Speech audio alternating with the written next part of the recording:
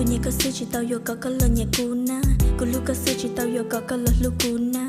So ya cô ua cho có yo ua lần đại cô lu sẽ nhẹ thì lu sẽ xa. Ya có yo hu muốn cho nữ thải yon cho nữ mù là yên chỉ ua li cha na. Ê có yo nhẹ linh ti yo thả linh ti là cô nói yên chỉ hay thế có yo lu linh ti yon đo linh ti mù là cô yên chỉ thay.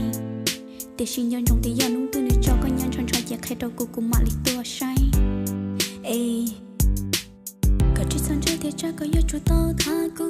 Có chỉ son chơi thì chắc có yo chú tao lúc cú. Son chơi à? Chỉ sao son san cú. Lúc đó đi khó có lúc tao thì khó có nhiều.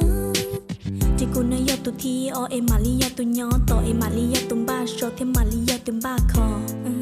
Nụ tư có trao luôn cho chị hút cho cá lòng của mặt to thêm mặt tôi cho con mũ chỉ cần nhau luôn gì. Ê nên lâu hơn đây cũng lo tỏ cá của những bao tiêu dụ qua li trà na.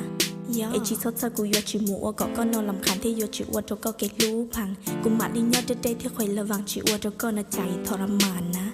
Yeah sau đó đâu cũng thôi thì là tao yo tia con nó ngâu. Đâu cũng là tao yo tia con nó xấu.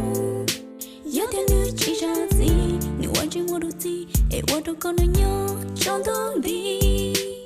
Có chỉ dần trái thì chắc có yêu chú tao tha cú, có chỉ dần trái thì chắc có yêu chú tao lố cú. Chỉ sao song san cú, nữ trên lên khó có lú tao thì khó có nhiều. Cô nhẹ có sư chỉ tao giờ có lời nhẹ cú na, cô lu có sư chỉ tao giờ có lời lu cú na. Giờ giờ cô qua đó có giờ ô lần đời cô lu chỉ nhẹ thì lu sẽ sao. Giờ có yo hu muốn đơn nữ thải yon đơn nữ mù là yên chỉ ô li cha na. Ê có yo nhẹ linh ti yo thả linh ti là cô nói yên chỉ hay thế có yo lu linh ti yon đơn linh ti mù là cô yên chỉ thay. Để sinh yon trong thế gian nung tư nữ cho con nhân chọn cho chiếc khay đầu cô cùng mà li tua say. Ê có chỉ dần trái thì chắc có yo chú tao tha cú, có chỉ dần trái thì chắc có yo chú tao lố cú. Chỉ sao song san cú. Nữ trên lên khó có lú tao thì khó có nhiều. Yeah sao song sàn của nó chị của lu có sư sao lại.